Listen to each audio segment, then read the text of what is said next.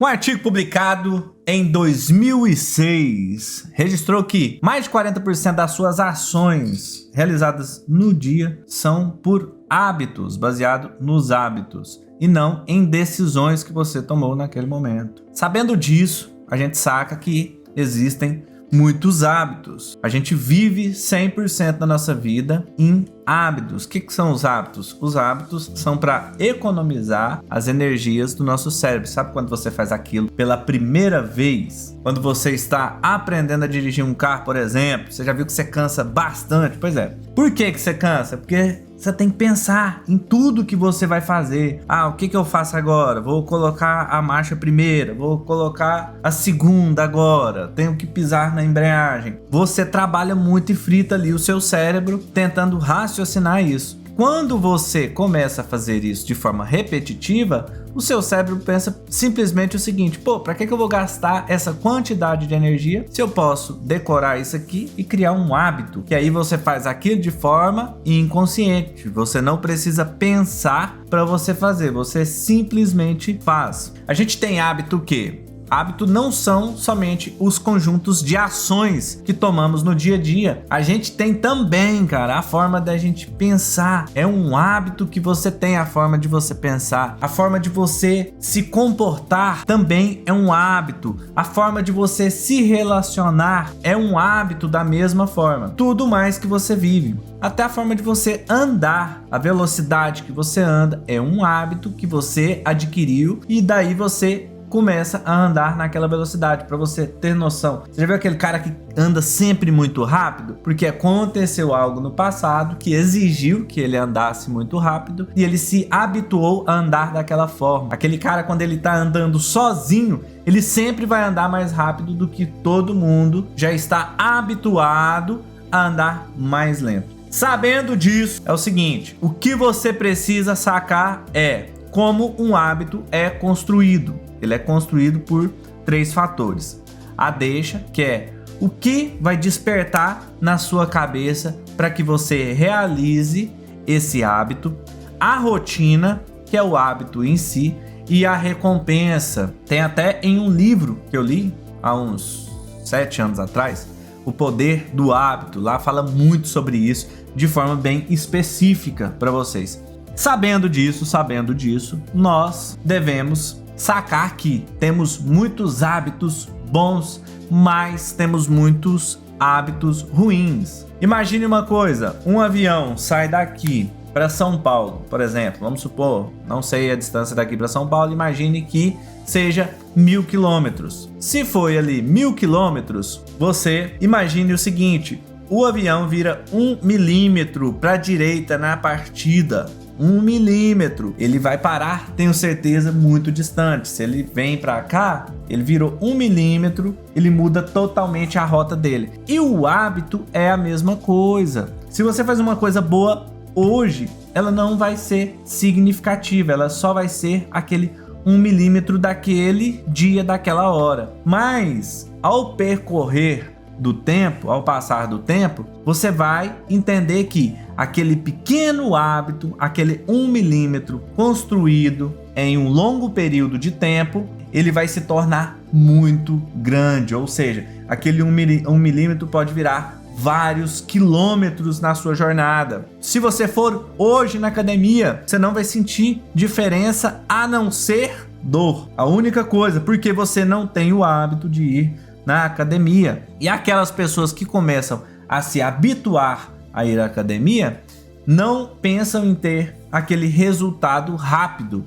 Se você focar no resultado a curto prazo, você não vai conseguir nada a não ser frustração. Então você tem que sempre focar no resultado a longo tempo, sempre a longo tempo, em tudo que você vai construir. Mas a ideia aqui é pensar o seguinte: imagine os hábitos bons. Se você faz eles de forma repetitiva, você vai ter um resultado muito bom lá no futuro. Imagine o seguinte: estudar 30 minutos de inglês por dia. Talvez por uns 7 anos você estará falando fluente, ou seja, no longo período. Outras pessoas com 3 anos, outras pessoas com 5 anos. Depende da sua parte cognitiva. Isso nós estamos falando para um hábito bom. Imagine para um hábito ruim.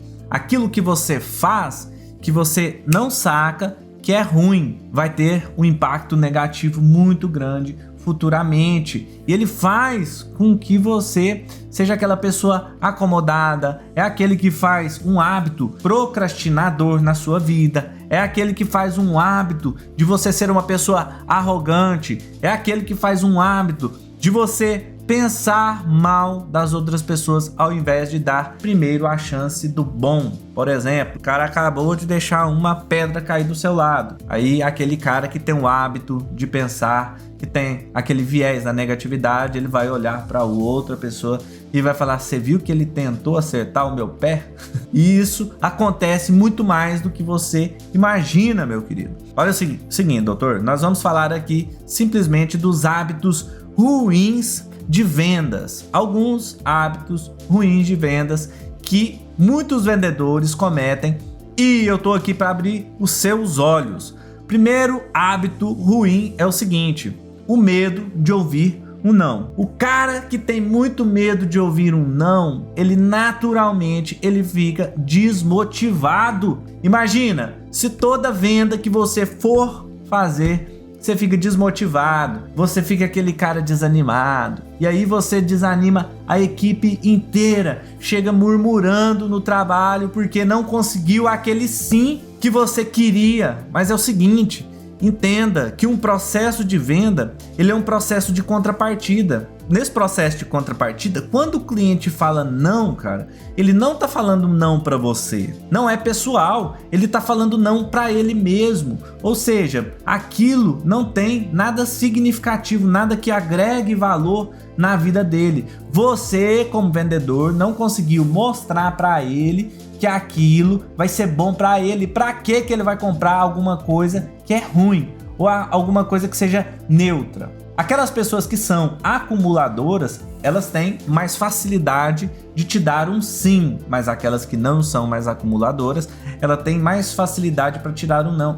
E outra coisa, o ser humano de forma natural, vou ensinar um truque aqui para vocês. O ser humano de forma natural é mais propenso a falar não do que falar sim. Porque falar não causa um alívio. Muitas pessoas não falam o não, mas elas não estão aliviadas, elas estão tensionadas. Então, quando você for perguntar alguma coisa para alguém, essa é a dica extra desse vídeo. Quando você for perguntar alguma coisa para alguém, você vai perguntar da seguinte forma: você não vai falar assim, isso é bom? O que você achou? Gostou? Não, não fale assim. Você vai falar o seguinte: isso não faz sentido para você agora? É bem diferente do que você falar assim, isso faz sentido para você agora? Você vai trazer o não para ele agora, ele tem que falar o não para ele se aliviar, beleza? Essas pessoas que têm o medo de ouvir o não. O outro, aquele sabichão, é o cara que sabe tudo. O cara não busca desenvolvimento profissional, ele não lê um artigo, ele não faz um treinamento presencial, ele não faz um curso online, e todo mundo que dá treinamento, ele simplesmente fala assim: não, isso aí é balela. O balelômetro dele sempre tá lá no 100, tá travado. Aí ele fala: não, isso é balela, isso aí eu já sabia, esse cara é um charlatão, mas nunca ele busca se desenvolver. O conhecimento dele sempre está acima de todos e da média. Com isso, se você tem esse mindset, você não vai crescer, meu querido. A única coisa que você vai fazer é tentar frustrar e espantar todas as pessoas que estão ao seu redor, inclusive os seus prospectos. Porque o prospecto tem muito a aprender e tem muito a ensinar. E você tem muito a falar e aprender e a ensinar. O terceiro, ele prospecta de forma intuitiva e não de forma intencional. Olha a diferença de forma intencional e de forma intuitiva. O que é forma intuitiva? É tudo que vai aparecendo na sua cabeça, você vai fazendo, vai falando, vai fazendo.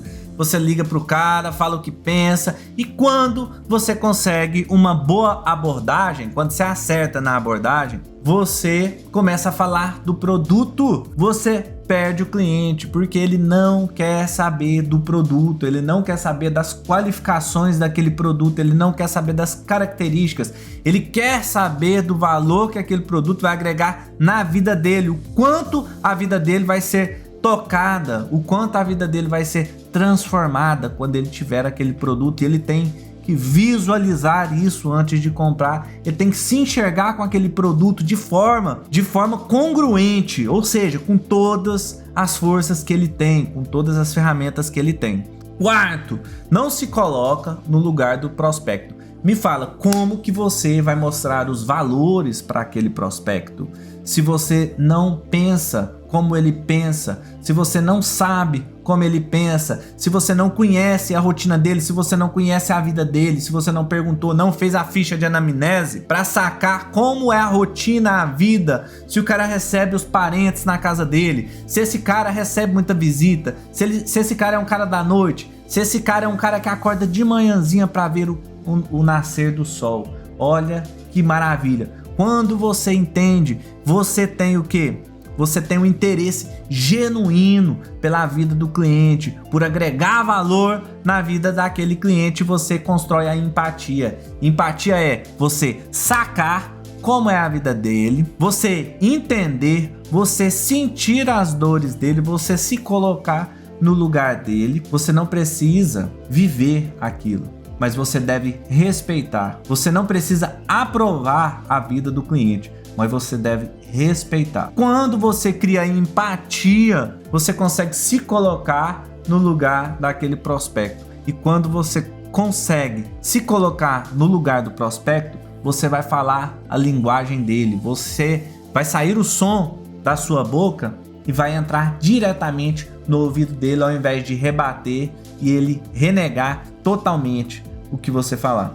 Quinto, ignorar a concorrência, e quando ele lembra da concorrência, ele cita muito mal a concorrência. Galera, concorrência é a melhor coisa que acontece na vida da gente. É aquele espeto que joga atrás das suas costas, que fala assim: você deve ser melhor do que ontem, não é melhor do que aquele cara, você tem que ser melhor do que você mesmo para você sempre estar um passo à frente. E você consegue ver todo mundo evoluindo, você vai olhar para você e vai se incomodar e falar: pô, cara, eu preciso dar um passo além, eu preciso dar 10 passos além. E quando você faz isso, você constrói um eu melhor, você se torna um melhor profissional, você se torna um melhor marido, a melhor esposa, o melhor filho, um melhor vendedor de imóveis. Se liga só, corretor, com essas dicas aqui, você pode transformar sua vida radicalmente e você pode ter resultados expressivos. Isso aqui são coisas que você constrói.